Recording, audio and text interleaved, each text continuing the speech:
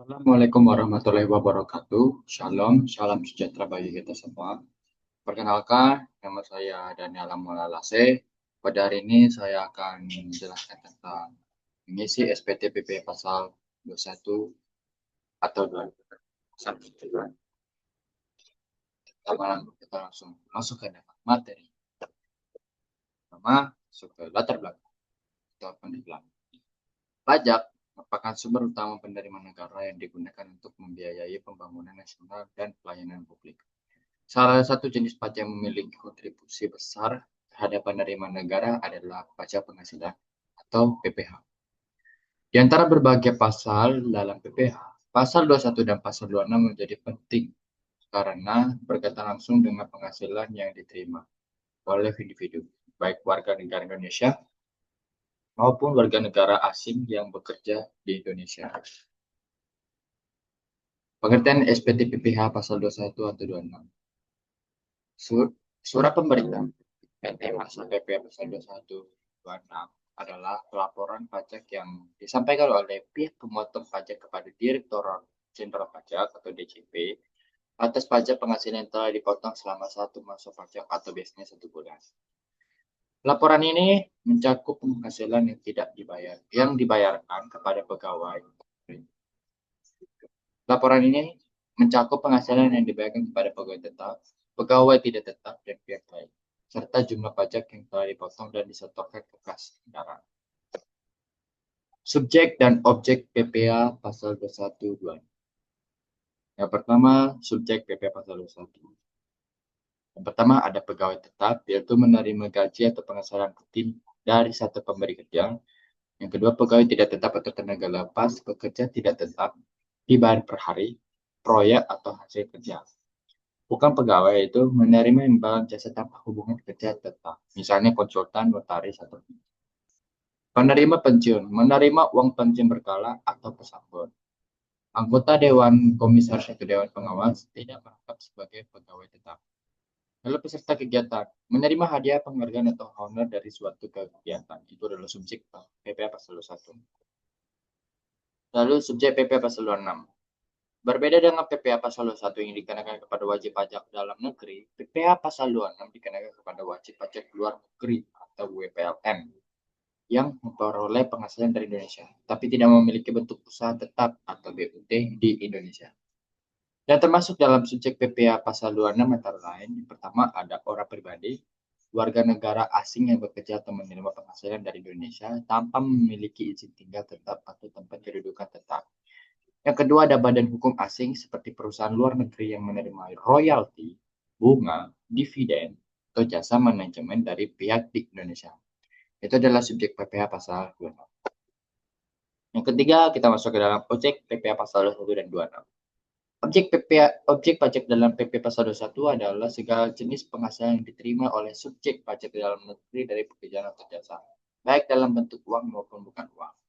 Jenis-jenis penghasilan termasuk objek PP pasal 21 meliputi yang pertama ada gaji dan upah, yaitu penghasilan tetap yang diterima pegawai setiap bulan, honorium, imbalan yang diterima menggunakan jasa profesional, lalu tunjangan dan bonus seperti tunjangan jabatan, tunjangan transportasi, THR, dan bonus tahunan.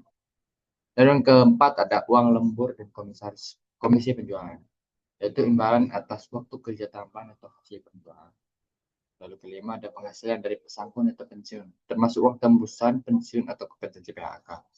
Yang terakhir ada imbalan dalam bentuk natura atau kenikmatan tertentu. Dalam kasus tertentu, dapat menjadi objek PPh pasal 21 jika diterima dari bukan pemberi kerja. Nah, seperti itu ya guys, objek PPh pasal 21. Namun, terdapat beberapa penghasilan yang bukan objek PPh pasal 21 antara lain yaitu pembayaran jaminan sosial atau BPJS yang ditanggung perusahaan. Kedua, uang makan atau transport yang bersifat penggantian biaya langsung. Yang ketiga, ada uang lembur bagi pegawai harian dengan di bawah PT. Termasuk ke objek PPh pasal 26. Objek PP pasal 26 adalah penghasilan yang diterima atau diperoleh wajib pajak negeri dari Indonesia, baik dalam bentuk uang maupun natural. Jenis-jenis penghasilannya meliputi dividen, yaitu pembagian laba kepada pemilik luar negeri, bunga, termasuk diskonto, premium, dan imbal jenisnya, royalti, yaitu imbal atau penggunaan hak cipta, paten, atau teknologi, sewa, atau serta bergerak maupun tidak bergerak, jasa teknis manajemen, konsultan, atau profesional lainnya, hadiah dan penghargaan yang diterima dari sumber Indonesia. Pajak dipotong oleh pihak yang membayar penghasilan Indonesia dan disetorkan ke kas negara dengan menggunakan tarif final 20% dari jumlah bruto, kecuali diatur lain oleh perjanjian P3B antar negara. Mekanisme mekanisme pemotongan, penyetoran, dan pelaporan PP Pasal 126. Yang pertama ada pemotongan pajak. Pemotongan dilakukan oleh pemberi kerja atau pihak yang membayar penghasilan. Misalnya pemotongan pajak yaitu pada status penerima dan jumlah penghasilan yang diterima. Yang pertama untuk pegawai tetap itu berdasarkan tarif progresif pasal 17. Kedua untuk pegawai tidak tetap, potongan dilakukan berdasarkan penghasilan harian atau bulannya setelah dikurangi penghasilan tidak kena pajak. Yang ketiga ada untuk wajib pajak luar negeri atau PP Pasulan, tarif potongan umumnya 20% dari jumlah bruto, kecuali ada perjanjian penghindaran pajak berganda atau P3B. Yang kedua ada penyetoran pajak. Setelah dilakukan pemotongan, pajak harus disetorkan ke kas negara paling lambat tanggal 10 bulan berikutnya setelah masa pajak berakhir melalui bank persepsi atau kantor pos menggunakan kode WILI melalui CP online. Yang ketiga, pelaporan pajak atau SPT. Laporan disampaikan paling lambat tanggal 20 bulan berikutnya setelah masa pajak berakhir.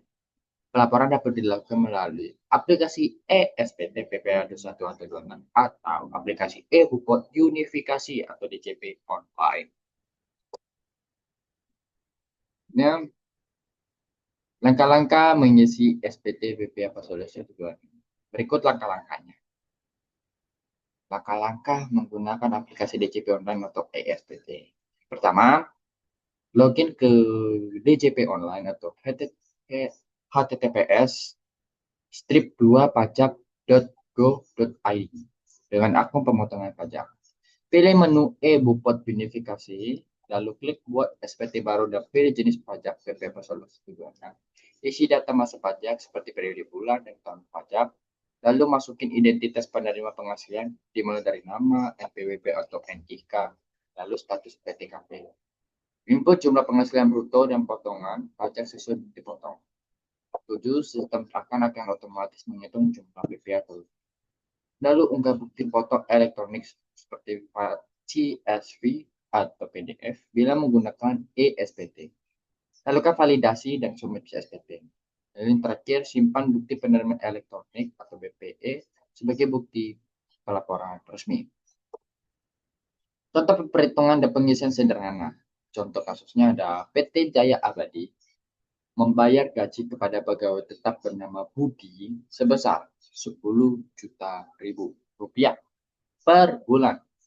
Status Budi menikah dengan satu anak, maka dikenakan K1. Langkah perhitungannya yang pertama ada penghasilan bruto 10 juta dikali 12, maka sama dengan 120 juta. Karena PTKP-nya dikenakan K1, maka sama dengan 63 juta. Penghasilan kena pajak atau PKP sebenarnya 57 juta, PP terutang tarif 5% sama dengan 2.850.000 per tahun atau 237.500 per bulan. Jumlah pajak sebesar 237.500 tersebut harus dipotong dari gaji Budi setiap bulan, disetorkan ke kas negara dan dilaporkan dalam SPT masuk PPA 21. Masih pelan. SPT PP Pasal 2126 merupakan bentuk pelaporan resmi dari pemotongan pajak atas kewajiban pemotongan, penyetoran, dan pelaporan pajak penghasilan yang dibayar pada pegawai maupun pihak. Pemahaman mengenai cara mengisi SPT ini sangat penting agar tidak terjadi kesalahan administrasi maupun sanksi pajak. Dengan perkembangan sistem digital seperti e-SPT dan e-Bupot Unifikasi, pelaporan pajak ini menjadi lebih mudah, cepat, dan akurat. Sekian dari presentasi saya. Mohon maaf bila ada kesalahan data atau kesalahan kata yang dapat dimaafkan. Sekian dan terima kasih.